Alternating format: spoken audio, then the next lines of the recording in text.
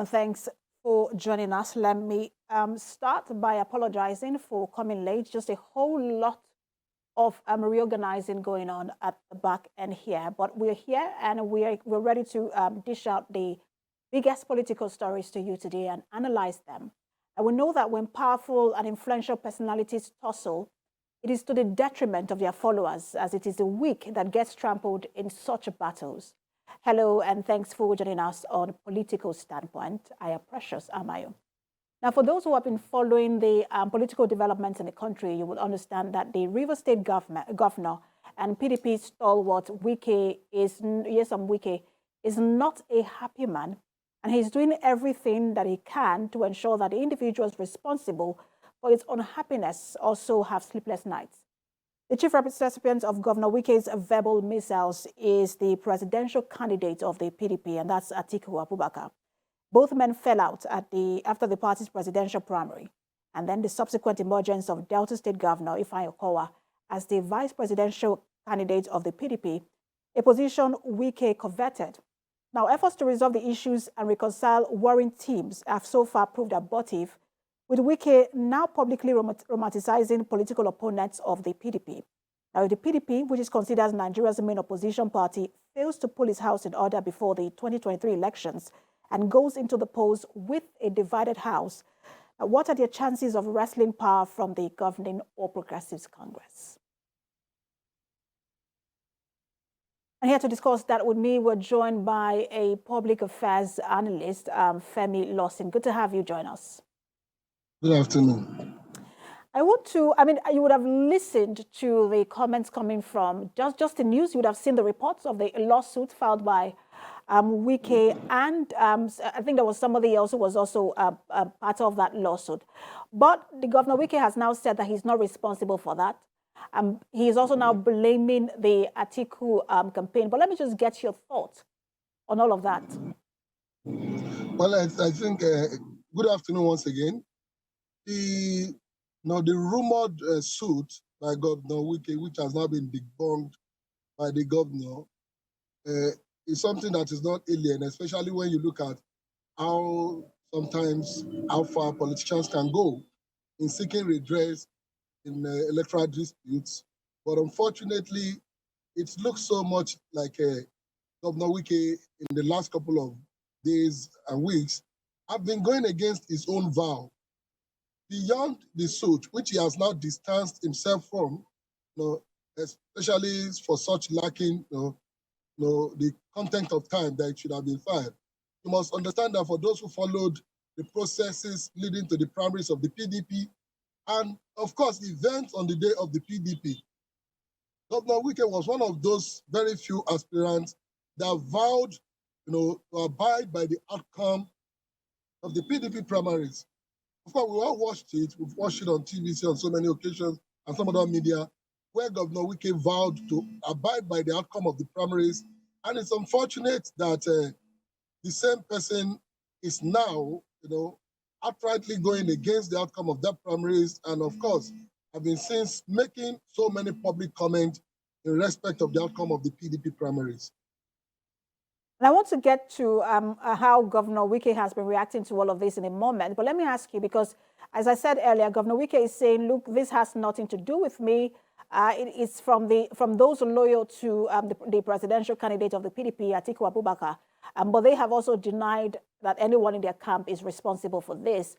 What sense do you get in terms of this lawsuit? What exactly do you think is playing out within the PDP, and what could be responsible, or who could be responsible for the lawsuit? Of course, for a party that is seeking to come back to power, for a party that has been so divided on so many occasions, one would have expected that leaders of the party, including Governor Wike, would chart the course of harmonizing members of the party ahead of the general election, rather than going into another round of battles like we're currently witnessing. It's unfortunate that Governor Wike wants to blame members or supporters of the candidate of the PDP, Alhaji Atiku Abubakar, rather than playing the role of standing as a leader and working with other leaders, including the former vice president, who is now their candidate, to form a common front into the election. I don't think it is enough for Governor Wike to continue to take his stance on the basis of what people who who he has assumed as supporters of the PDP candidate, for whatever they are doing currently. I think Governor Wike should have focused more on his role as a leader of the party, and of course work with the candidate like he has promised in order to take the party, into the election as one house. But what Governor Wike is doing shows that he has personal, anger issues against the candidate, not necessarily because of what is presumed as what the supporters of the candidates are doing. If Governor Wike does not have personal issues with Alhaji Atiku Abubakar, I don't think he should be interested so much in what supporters of Alhaji Atiku Abubakar are doing, because I'm not sure any of these supporters is referring to are in the category of a governor, talkless of a governor of Rivers State and a former presidential aspirant. I think he should have looked beyond that and look at the fate of their party and work with the candidate, rather than holding on to what he presumed are the opinions of the supporters of the candidate. And till now, Alhaji Atiku Abubakar has not been seen at any point in time, disparaging Governor Wike or saying anything against them. I think that should have been enough for Governor Wike to work with Alhaji Atiku Abubakar as leaders of the party to take their party, to the election. Well, let me ask you, because there are those who say that, look, you cannot beat a child and ask that child not to cry, that Governor Wike feels aggrieved, and just because of that report where it was said that, I think it was it a 12-man or 14-man committee, I can't remember how many, or 17-man committee, I think it was, and three of them went with Okowa and 14 went with Wike, and then that perhaps is the foundation of the anger, because it looks like people wanted me, but you did not, and that he wasn't even, there was no attempt by the presidential candidate to reach him in person. It doesn't look like he was sending emissaries to him. Do you think that he's not within his, I don't want to use the word rights, but at least is it not okay for someone who feels aggrieved to at least voice out his grievances? And to what extent do you think he should go? Well, I think the biggest ambition Governor Wike had before now was to be the presidential candidate of the party. At no time did I want to remember that Governor Wike contested to be vice president, of the PDP. If he had wanted desperately to be the vice presidential candidate, I know would have been one of those governors that would have supported the former vice president Atiku Abubakar to become the PDP candidate. But be that as it may, now the body supposedly, of course, which was said to have consulted to nominate Governor Wike and Governor of Delta State, Ifeanyi Okowa, as a likely, candidate, the running mate rather, to the presidential candidate. All these were internal political parties' affairs. These structures were not, of course, legal structures known beyond what was and even the voting, the supposed voting was also a secret affair. And if it has been the decision of the party to choose somebody instead of Governor Wike, which has now been endorsed by virtually every organ of the party, submitted to the INEC, I think Governor Wike should move beyond the current state of anger.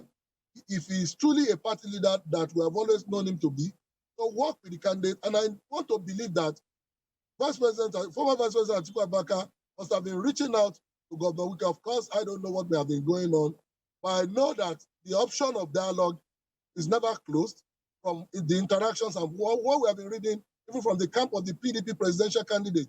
What is now left, I think, is for Governor Wike to leave, what he's currently doing in the media space and the public, show of his, anger, and go into their political party caucuses or wherever they converge and meet, and express his anger to the leadership of the party, express his anger to the candidate of the party, and seek grants of working together. Of course, politics is all about interest. Whatever is Governor Wike's anger today is about his interest, in what becomes the government of PDP if they eventually win.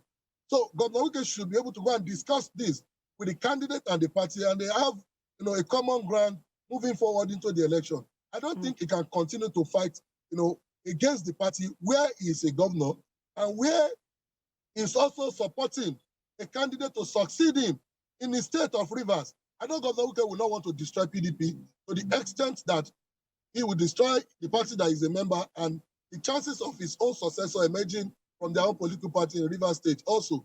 I think he should leave the public space and leave these demonstrations and, of course, go inside with the party leadership and have a common front. He says, and that's Governor Wike, he says that he's a party man and that he will always be a party man. But when you look at his recent moves, he seems to be, in quotes, hanging out a lot with members of the PDP, especially governors of the PDP. And we also saw the Honorable Speaker, Femi Gbajabiamila, there to inaugurate projects. Most of them are there to inaugurate projects. What do you think is playing out? Do you think that, look, whilst he says he is a party man, that somehow his body language feels like he seems not to be working with his party at the moment? Well, Governor Wike is a beautiful bride that any political party want to have in its fold. And if you listen to Governor Wike during the visit of the Right Honorable Speaker of the House of Representatives, he stated it clearly that he has invited Honorable Gbajabiamila as the Speaker of Nigeria's House of Representatives, not as an APC leader or whatever you may want to call it. So Governor Wike, even despite his annoyance, have always expressed the fact that he's a committed member of his party, the PDP. And he must not also undermine the fact that politicians with their interests would always want to woo Governor Wike. And that's why you've seen him, having major politicians from the opposition, from the main political party, the ruling political party, APC, around him in the recent time. But I don't think that is enough to assume that Governor Wike is about jumping the ship, to the other, side of the coin, which is the APC. I want to believe that he remains committed and he has more at stake in the PDP than he may want to go and bargain for in the APC or any other political party at this present point in time. So I believe the PDP should, of course, reopen every door that seems to have been closed for discussion. And Governor Wike should, of course, be humble enough to also go into their in-house and discuss these issues rather than bringing it at every opportunity to the public. But do you actually think they're wooing him or that he's trying to pass a message? Because in some cases, some of those invitation was done by him to come and inaugurate projects in the state. Do you think that that's wooing him or he's trying to send a message to his party in terms of how important he think he is, especially in this election? Everyone knows Governor Wike is important. Even the oppositor, his opponents, and the politicians in the other political parties also know that Governor Wike is an important politician. And that is why it is difficult even for any politician, irrespective of a political party, to turn down invitation from Governor Wike to visit Rivers State, especially when you look at his record of performance as one of the governors that have done, of course, excellently well in the area of infrastructure development of the state. So it is not impossible that you find politicians from all political parties wanting to associate with Governor Wike. But I don't think that is enough for us to assume that this newfound relationship with some of these politicians in the other political parties are indications that he's willing to leave the party, that he's a leader and join the All Progressives Congress or any other political party. I think that's my view about it.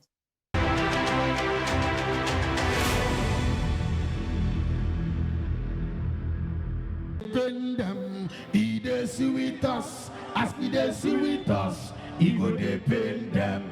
See them pain them. Yeah, he dey see with us, so as he dey see with us, he go dey pain them. Let me tell you something.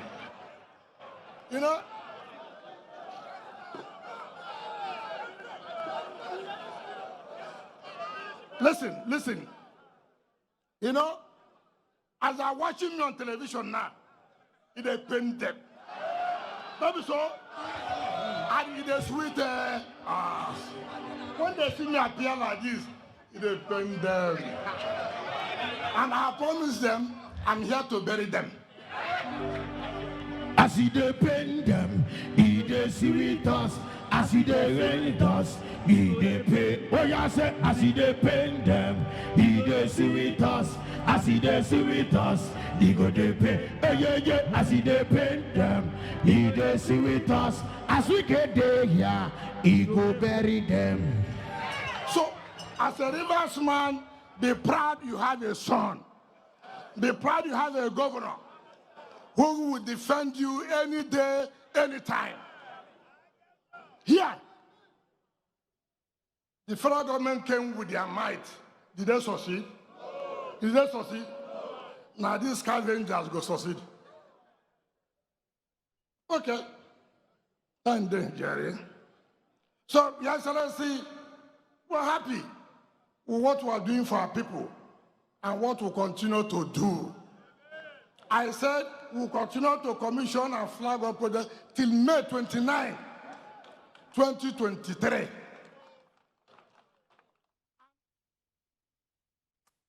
Comments and some dance steps, if you like, from Governor Wike there in Rivers State. Very. If it was local parlance, they would say that is shade. He seems to be speaking to some people when he says, in quote, in pidgin, they pain them, which means in English, some people are pained by some of his actions. And we still have Femi Lawson, who is a public affairs analyst. We're also now joined by a lawyer, Oke Onebedum. Good to have you, gentlemen, join us. Let me come to you, Oke Onebedum. I just wanted to react to some of the comments made there by Governor Wike and the issue or the reports of a lawsuit now being filed. He has said it's not from him, but just comment on all of that. Thank you.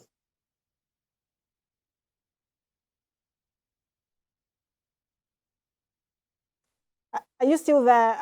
Okay, Nebedum.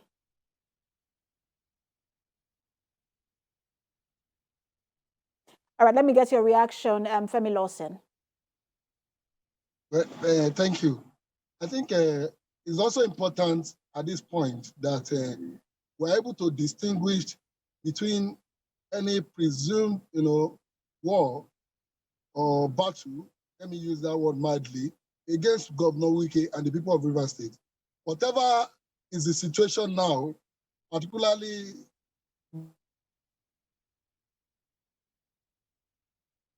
the serious one, because it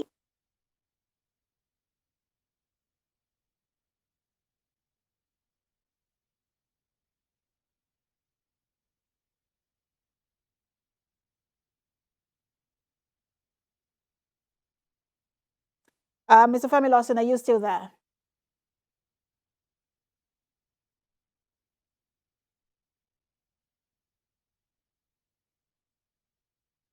Femi Lawson, if you can hear me, you were responding to my earlier question. If you're there, just continue.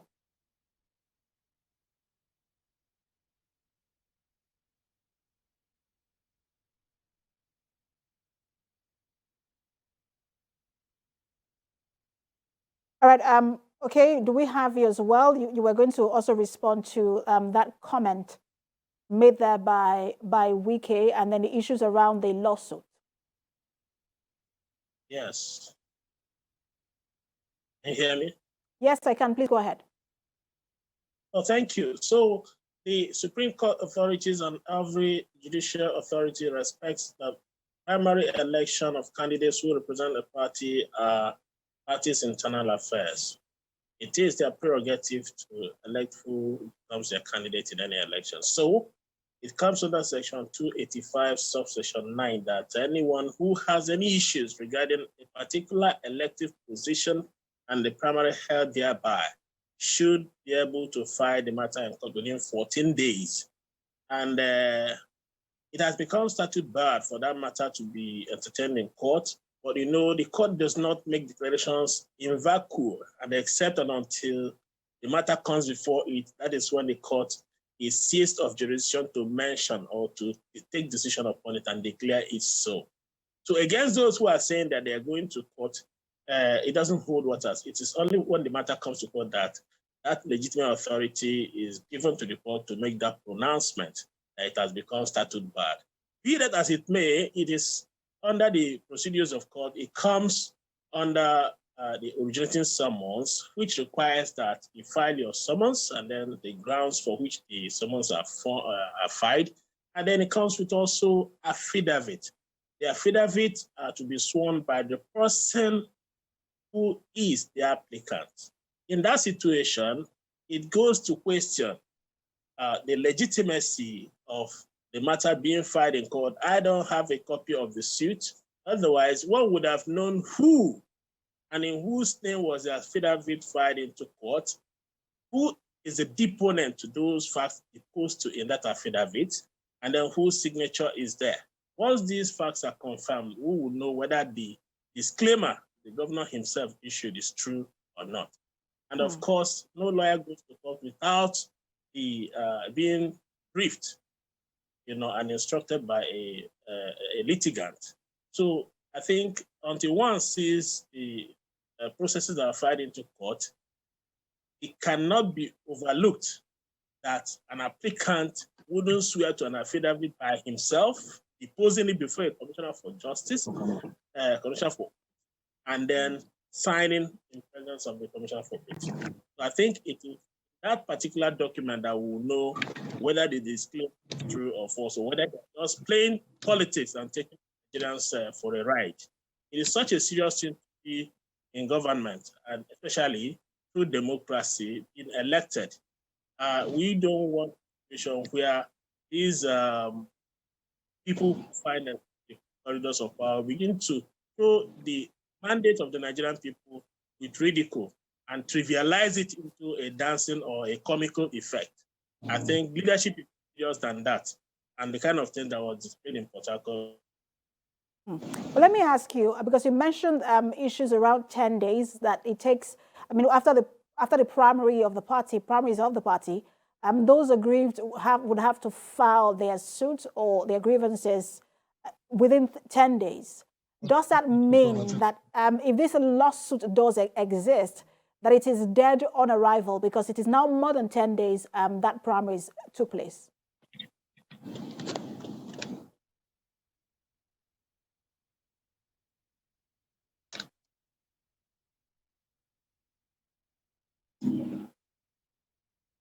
The question was for you, okay, Nibidum.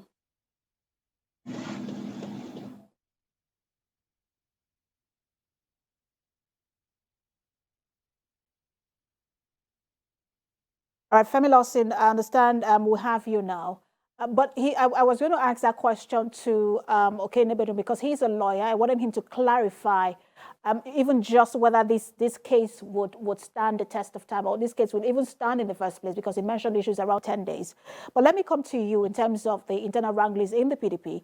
You had the comments made by Wike at the inauguration where you had the Speaker of the House of Representatives. He talks about how he wanted to sabotage the aspiration of the Speaker to become the Speaker of the House of Reps. But those I held the meeting with are those who worked against him to ensure that the Speaker was elected as the House of Reps, Speaker of the House of Reps.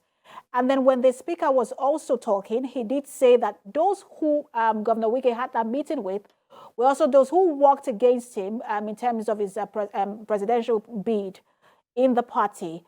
I mean, I just wanted to make sense of that, of what's going on within the PDP. If you have any sense of, if you think that there is an internal sabotage going on within that party. Well, I don't want to describe that as an internal sabotage. What is happening, what Governor Wike claimed to have done, trying to halt the emergence of Mr. Gbajabiamila as the House of Reps, or whatever Mr. Gbajabiamila have said of some people who now, who are now assumed to have been standing against the aspiration of the governor, are tendencies that are inherent in the average Nigerian politicians. And you could also remember that at that same spot yesterday, the Speaker said it openly that there is no permanent friend, there is no permanent enemy, but what brings politicians together is the permanent interest. And when you talk about this interest, it is usually about the interest of individuals, individual ambitions and aspirations. Most times it is not even about the people, because when you don't want to talk about the people in the context of what is currently happening within the PDP, I've not seen any fundamental expression of grievances from the people of Rivers State. We have also seen leaders of PDP in Rivers State coming out to express their support for the decision of the PDP to choose former Vice President Atiku as their candidate and Governor Okowa as his running mate. So it's about the interest of these politicians. And I don't think it is enough for us to, to think that this has fundamentally, going to impact on, of course, on the people of Rivers State. Whatever position, Governor Wike is taking today has more to do about his ambition personally to become the president or the vice president, which has not been able to secure, the candidacy through his party. And of course, whatever he may have done to this speaker in the course of his attempt to emerge as a speaker was also really what any politician could have done. Politicians in APC at one point, of course, in time, ganged up against the then president of the country, Dr. Jonathan, and was unable to produce his preferred leadership in the National Assembly. So it is not new. It is not new that Governor Wike did what he claimed to have done, or, of course, now finding friends around people who he claimed to have stood at one point or the other against. It's about the fact that now their interest seems to be aligning, going in the same direction. But I think this has to be judged more on the interest of the people. What really is the interest of the Rivers State people? Is it about having, their son as a vice president, or having more dividends of democracy delivered to them by their governor or whoever emerge as president of Nigeria or vice president in 2023? I think that is the ultimate. Mm. And what do you think that this will mean for the PDP going forward into the election? There are those who say that, look, the PDP seems to be, in terms of the conversation, whether on social media or just around the country, there are just two names that are dominant, two presidential candidates in terms of names that are dominant in conversation. And that perhaps in this election, we might see PDP come third if they don't put their house in order. What do you make of that? I think majorly we must attach some seriousness to that view beyond the social media, because the social media is playing very fundamental role ahead of the 2023 general election. But we must also look beyond those views that have been shared on the social media to the realities on the street and on the ground.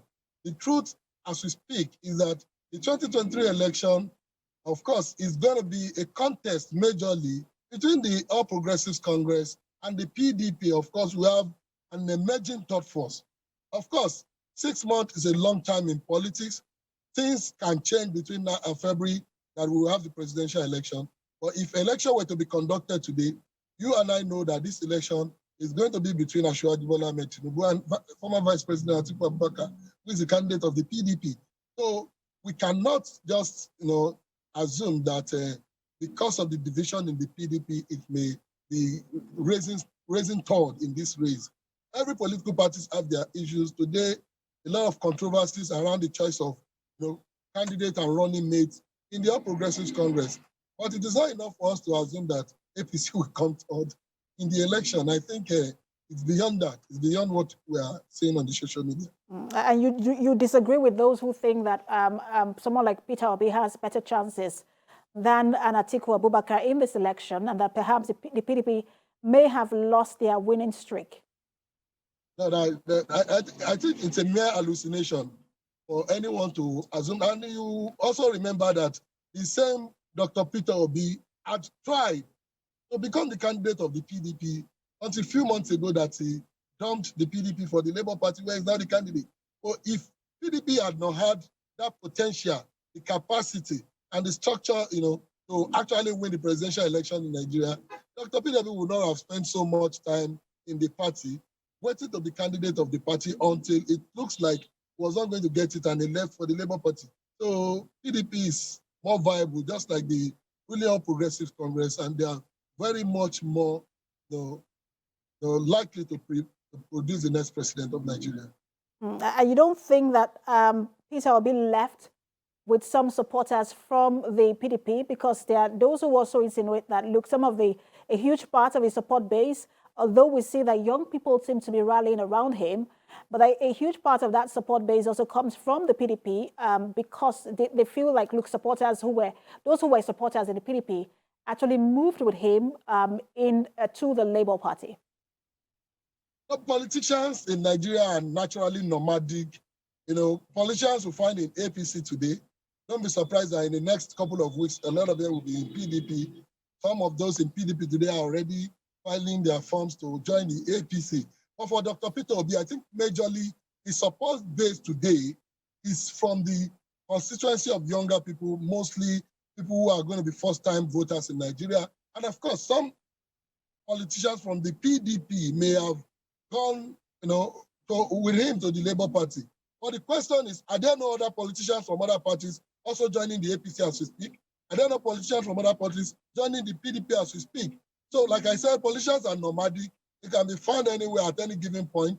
But that Dr. Peter Obi left with some supposed members from the PDP, it's not enough to say that the PDP is polarized or is broken by the exit of Dr. Peter Obi. Between the time Dr. Peter Obi left, and now a lot of people, including former governors, senators, have joined the PDP. Former Governor Alero of Kebbi State joined the PDP. A lot of serving senators have done the shift of their parties to join the PDP. A lot of them have also left to the NMPP, and so it's not static, and it is not given that he must have taken a good number of people away from the PDP, and that has now made PDP to come toward a Labour Party raising behind APC.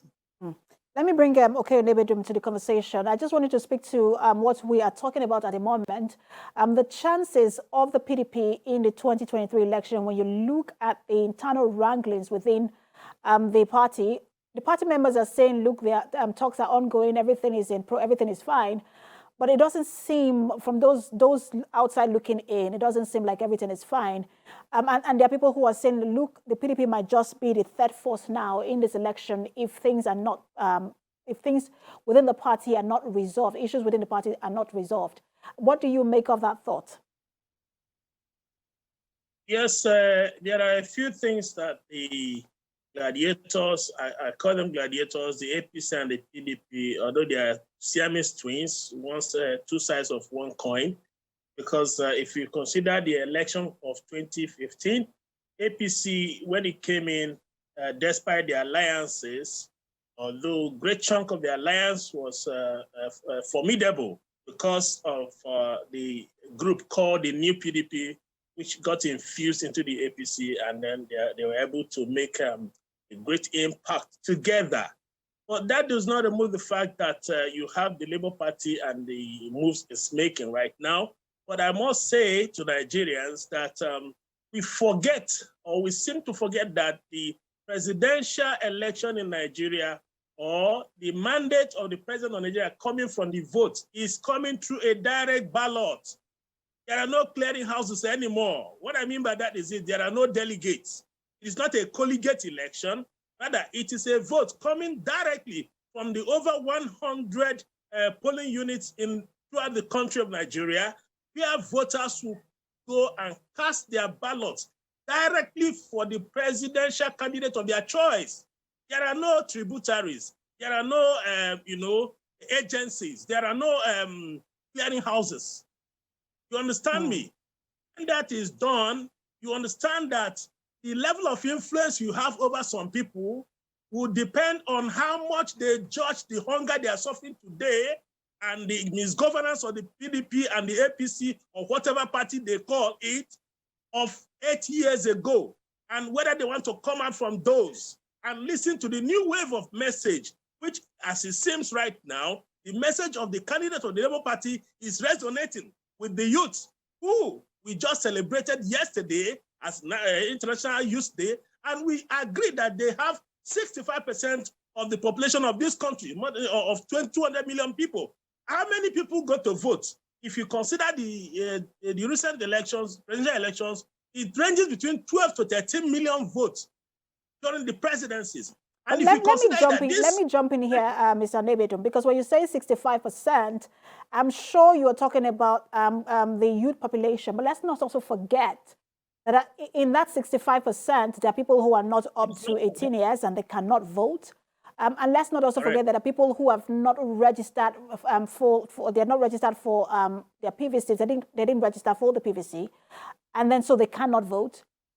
So let's say we're left with another percentage, maybe about 40, 30%. In that percentage, just a minute, there are those youths who are also members of the APC, and there are youths who are members of the PDP and the NPP, and other parties. So that leaves us with just maybe a few percent left. Maybe those are the ones that are now who are supporting. Of course, we've seen a huge population of young people supporting Peter Obi. But when you look at this, personality is playing a role. Party is also playing a role. And there are those, I think it's somebody, I can't remember who said that last week, who said it looks like the Peter Obi would do better than even an Atiku in this election. Do you agree with that when you look at the party structure? What I'm saying in effect is that the answer to your question, there is INEC database, which comes up with the demography that the youth population between 18 and 45 is about 51% of registered voters. It's another question for another day whether those population are able to get their PVCs. You understand me? And I agree with you that in that particular population, there are those who are members of some political parties. Notwithstanding whether you are members, I am talking about the votes. Because people can be members of any political party, but they can vote any candidate of their choice. That is what I'm saying. The casting of the vote for the presidency is a direct ballot. It does not go to hold water completely, that because and on the grounds that they are members or that they are supporters of a particular candidate, that they are going to vote for those candidates. You understand? The point I'm making also is the fact that there have been a regime, both the APC or you call it the PDP, whatever.